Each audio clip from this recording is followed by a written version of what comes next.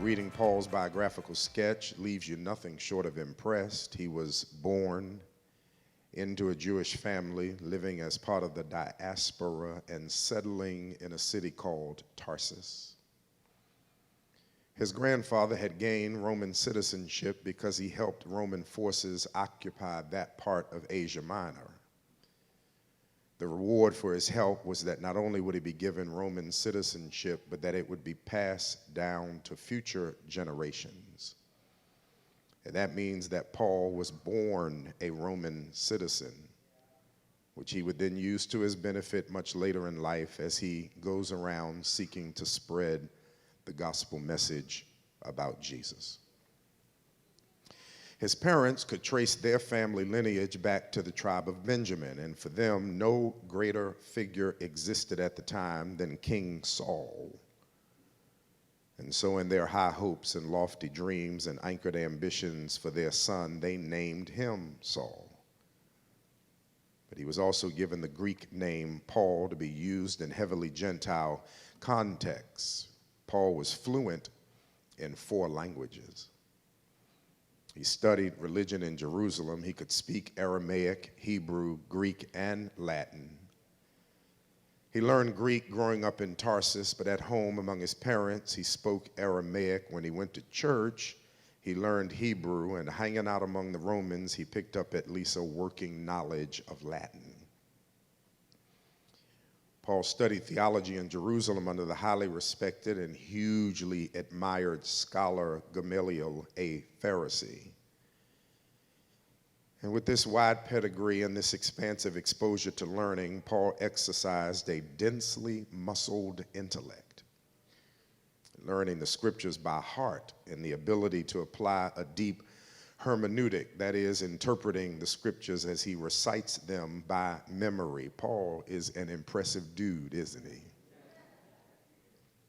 And being part of this strict sect within the Pharisees' ranks makes Paul the kind of person that when standing in the Areopagus, perhaps hearing Jesus preach or teach, he strongly rejected his teachings, and when more and more people were following Jesus, Paul joined that group of people who arrested followers of Christ to drag them before Jewish authorities to be judged, convicted, punished, with the hope, of course, being that they would be executed. Now, Ararat, I give you this brief history of Paul's life because this is one impressive brother. His parents ensured his exposure to the wideness of his cultural connections. He was given a chance to learn in the best of universities under the most renowned of scholars. He applied himself faithfully and matured to become an impressive man. Life was good. The future looked extremely bright. His respect among his peers was unparalleled. So many options for his choosing before him, and might I add, all this before his 31st birthday. He had been a part of the stoning of one of Jesus' followers, a man named Stephen, and while this holy man was being stoned, Paul, you will remember, became the guardian of Stephen's cloak. The high priest was then sending Paul to Damascus on his own personal mission to arrest some people who were following Jesus, and just when they see Damascus ahead, this light from heaven shines, flashes around him so bright that he falls from his beast, and while on the ground, he encounters Jesus. The Lord's voice is heard, "Saul, Saul, why are you persecuting me?" And Saul knew at that very moment whose voice this is. This is the ascended Lord. And the question that the Lord raises shifted Paul's thinking immediately. Why did Jesus side with the people I have been persecuting? Why did Jesus refer to himself as if he and God are one? And as smart and spiritual as he had been, he concluded that while he thought he had been doing God's work all along, that he had been grossly mistaken. And it is then that the Lord gives Paul some instructions. Get up, go into the city, there you will be told what to do. Now, remember, at this point, he is not told yet that he's going to become an apostle, that he should preach and establish churches. He is simply right now being told, in essence, that everything he's been doing has been wrong.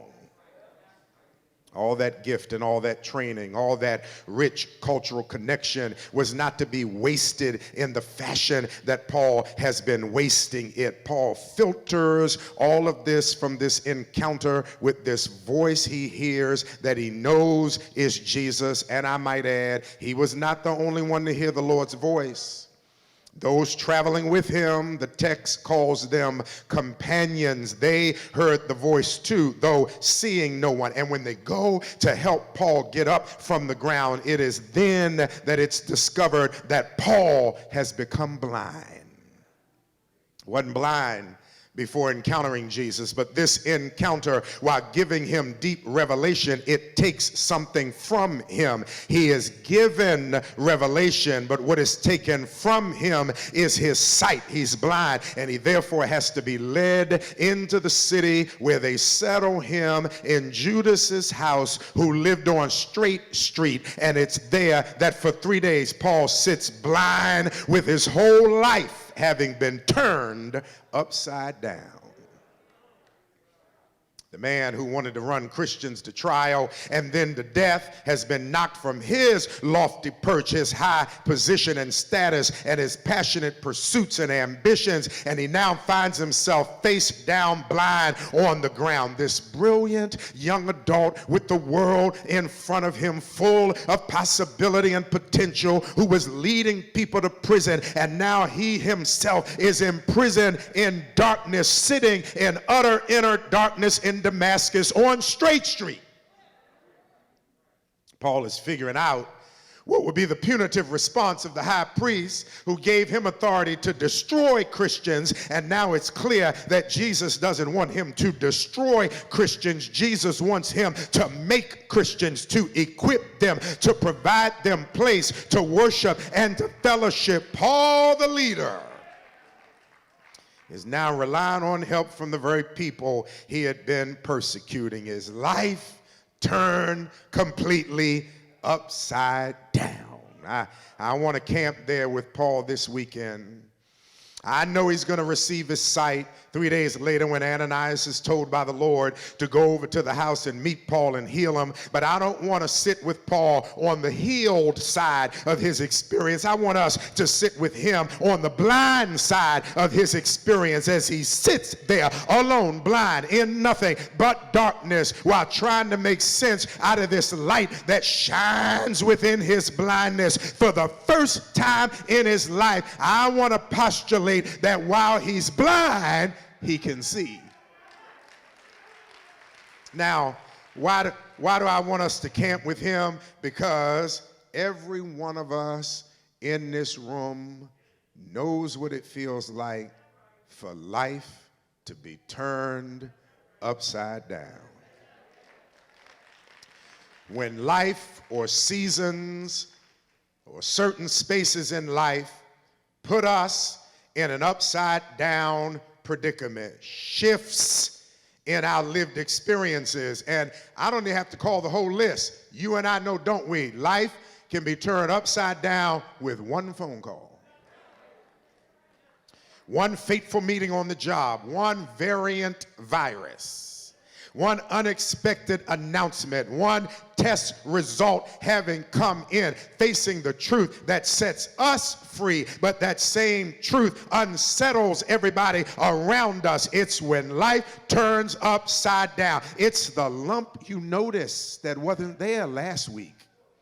It's the aging process that reveals physical and mental limitations that you weren't quite ready to have to nurse, manage, or steward. It's the painful shutdown of valued relationships, or the reality that some things will never be the same again. Life can be turned upside down. Do I have any company here?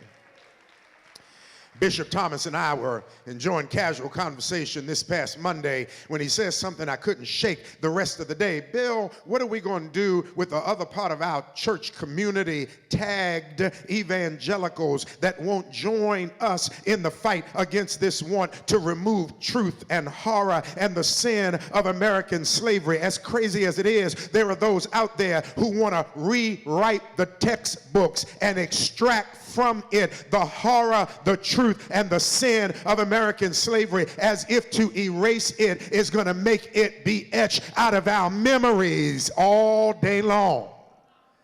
My intellectual world was upside down thinking about that question. Not only that, but communities who hear the need for police-community relations but grew up all their lives fearing men and women in uniform, or growing with a certain specific gender description and thinking about love in specific ways, and then your child inches up to you and tells you that they are of another sexual conviction and persuasion, and you face for the first time perhaps that your love for them has to be stronger than their sexual preference.